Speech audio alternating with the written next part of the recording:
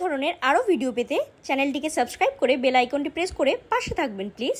বন্ধুরা, আপনারা কি জানেন রাবণ কার অবতার ছিল? অবতার?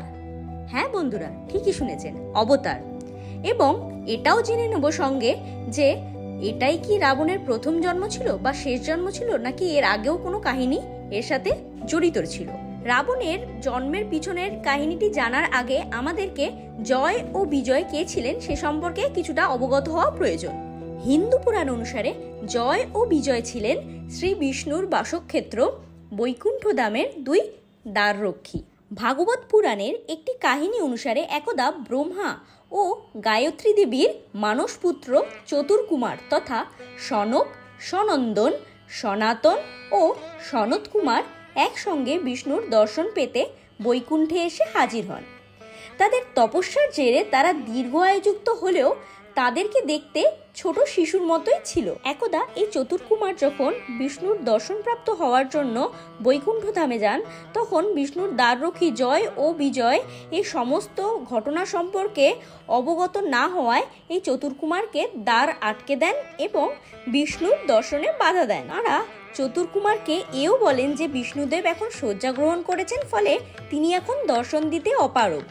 জয় ও বিজয়ের ওপর ক্রুদ্ধ হয়ে চতুর্কুমার তাদের প্রত্যুত্তরে বলেন যে বিষ্ণু তার দর্শন প্রার্থীদের ও ভক্তদের জন্য সর্বদা উপলব্ধ থাকেন। এই বলে তারা দুই দ্বারপালকে অভিশাপ দেন যে তারা দুজনেই মরণশীল মানব রূপে ভূলোকে জন্মগ্রহণ করবেন এবং তাদের সাধারণ মানুষের মতোই জন্ম মৃত্যুর মায়াচক্রে জীবন অতিবাহিত করিতে হইবে। এমন অবস্থায় বিষ্ণু তাদের সামনে প্রকট হলে জয় ও বিজয় তাদেরকে অনুরোধ করেন এই শাপ মোচন করার কোনো উপায় করতে। বিষ্ণু তখন বলেন ব্রহ্মাপুত্র চতুর্কুমারের শাপ বিফল করার কোনো পন্থা নেই, কিন্তু এর নিস্তারে একটি পথ আছে।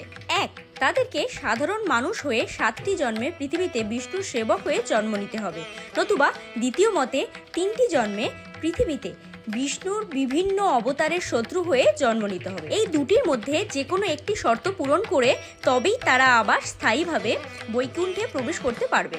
জয় এবং বিজয় উভয়ই 7টি জন্ম অবধি শ্রী বিষ্ণুর থেকে দূরে থাকার কথা ভাবতেও পারতেন না, তাই তারা 3 জন্ম বিষ্ণুর একাধিক অবতারের শত্রু রূপে জন্মগ্রহণ করাকেই স্বাচ্ছন্দ্য বোধ করেন। এবং পৃথিবীতে প্রথম জীবনে তারা কৃতাযুগে মহর্ষি কশ্যপ এবং প্রজাপতি দক্ষকন্যার দ্বিতীয় পুত্র হিরণ্যক্ষ এবং হিরণ্যকশিপুর নামে জন্মগ্রহণ করেন। সত্যযুগে বিষ্ণুর বরাহ অবতার বধ করেন হিরণ্যক্ষকে এবং ওই যুগেই বিষ্ণুর নৃসিংহ অবতার বধ করেন হিরণ্যকশ্যপকে। এরপর দ্বিতীয় জীবনে ত্রেতা যুগে তারা ঋষি বিশ্রবা ও রাক্ষসী নিকষার 2 পুত্র রাবণ ও কুম্ভকর্ণ নামে জন্মগ্রহণ করেন। ওই যুগেই বিষ্ণুর রাম অবতার তাদেরকে হত্যা করেন এবং তৃতীয় জীবনে দাপর যুগে তারা শিশুপাল এবং দন্তবক্র নামে জন্মগ্রহণ করেন এবং কৃষ্ণের হাতে নিহত হন।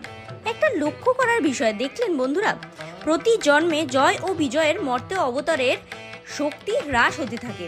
সত্যযুগে যেখানে হিরণ্যক্ষ এবং হিরণ্যকশিপুকে হত্যা করতে বিষ্ণুকে আলাদা আলাদা 2টি অবতার রূপে জন্ম নিতে হয়, আবার ত্রেতা যুগে রাম একাই রাবণ এবং কুম্ভকর্ণে বধ করেন। এবং একইভাবে দাপর যুগে দন্তবক্র ও শিশুপালকে হত্যা করা হয় কৃষ্ণের রূপের দ্বারা, যেটা তার কখনোই মূল লক্ষ্য ছিল না। দন্তবক্র ও শিশুপালের মৃত্যুর পর মনে করা হয় জয় ও বিজয় চতুর্কুমারের শাপ থেকে মুক্ত হন, ফলে বৈষ্ণবীয় রীতি অনুযায়ী আধুনিক কালে অর্থাৎ কলিযুগে তারা আবার বৈকুণ্ঠের দ্বারপাল রূপে আত্মনিয়োজিত করেন। অন্ধ্রপ্রদেশের বেঙ্কটেশ্বর মন্দির, জগন্নাথ দেবের মন্দিরে তাদের মূর্তি দ্বারপাল হিসেবে স্থাপন করা রয়েছে। তো আজকের ভিডিওটি বন্ধুরা এখানেই শেষ করলাম। দেখা হচ্ছে নতুন একটি ভিডিও নিয়ে। Till then tata, take care.